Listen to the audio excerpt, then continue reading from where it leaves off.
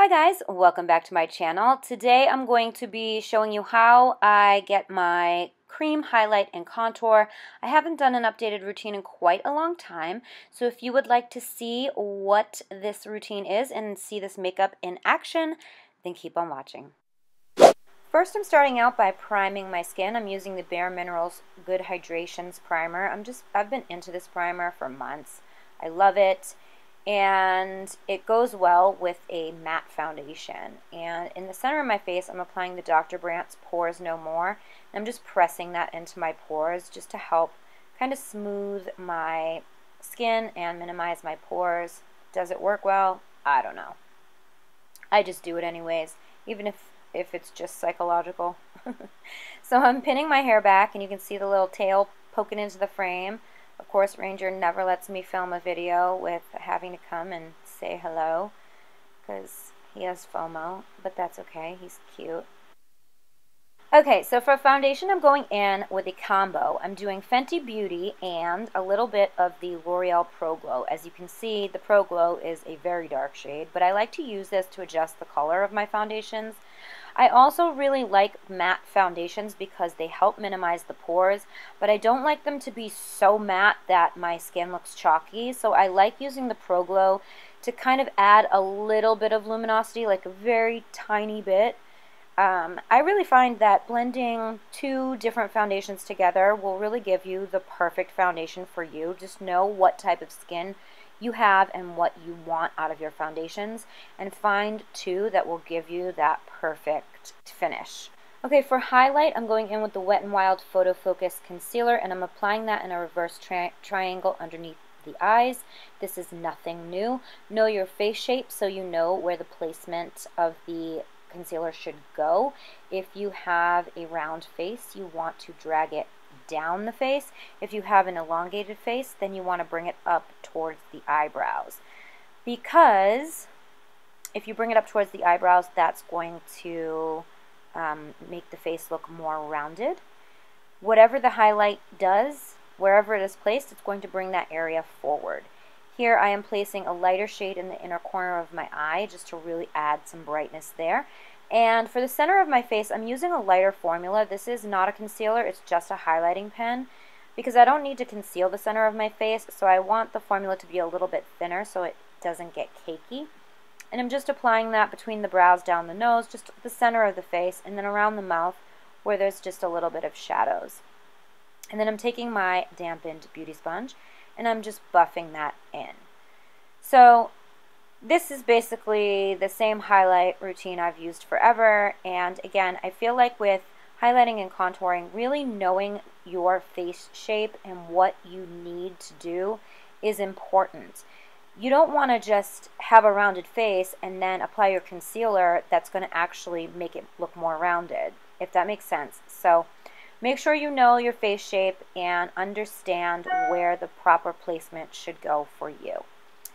And now I'm blending in the under eyes. I like to set each side as I go. I find that this really helps minimize creasing for whatever concealer you're using. If you set it right away, you're going to minimize the amount it creases tremendously.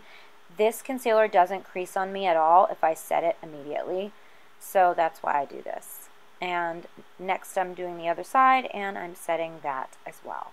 I am obsessed with this powder. This is the Urban Decay Velvetizer powder. It really minimizes pores and makes the skin look absolutely flawless. You're supposed to be able to mix it with foundation too, which I have not done. I love it. I'm obsessed. Okay, moving on to contour, I am going in with the LA Girl Pro Concealer in the shade Toast. I really prefer doing this with a concealer because concealers are meant to have staying power, so I find that concealers stay on just longer than cream contours typically do for whatever reason. I've tried using cream contours, different products, but I always come back to this specific concealer because I just feel like when it's blended out, it looks stunning. And I'm applying it along the forehead and the hairline, but I'm leaving a space in the middle. I'm only doing it on the sides, and I am also applying it along the cheekbones, at the tip of my nose, my jawline, and a little bit underneath my chin. So again, knowing your face shape, I cannot stress this enough. Wherever you place the bronzing shade, the contour shade, you are going to push that area backwards. So it's going to create like a shadow that's going to basically highlight different bone structures, different features. When you do it on your forehead, it's going to make your forehead look a little bit shorter. So if you have a higher forehead, you want to contour all around the hairline. My forehead isn't that high, so I don't need to do it along the front. I just like to do it on the sides just to add color there, and I try to keep it tight to the hairline. And then on the cheekbones, you can literally raise your cheekbones with a contour and change the shape of your face if you want. Sometimes I play around with it and I do that.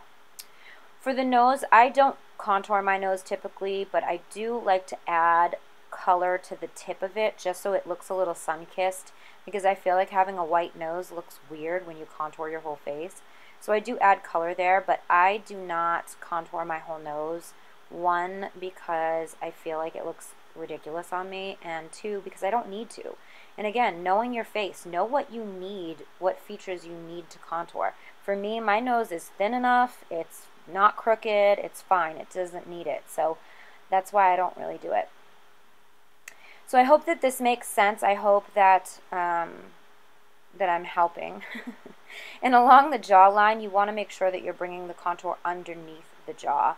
And I like to do underneath the neck as well, just to help with the turkey neck that, you know, gravity is causing. And then when you are finished, if you have brought your contour down too far, you can just go in like I am here with some concealer, just to clean it up a bit and to make it look a little more crisp. And then again, I'm going in with the Velvetizer powder and a fluffy brush, and I'm just going to set all of the creams now, just so everything stays put. I mean, this powder is magical, you guys.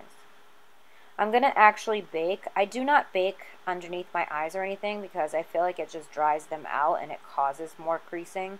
But I do like to bake the center of my cheeks where my big pores are, because I find that it definitely helps minimize them. So that's just the reason why I do it. So now I'm going in with a bronzing powder, and I'm just going to go over the areas of contour. I'm actually using this contour kit by Bare Minerals, and I'm going in with the darker shade, and that's supposed to be more of like a contour color.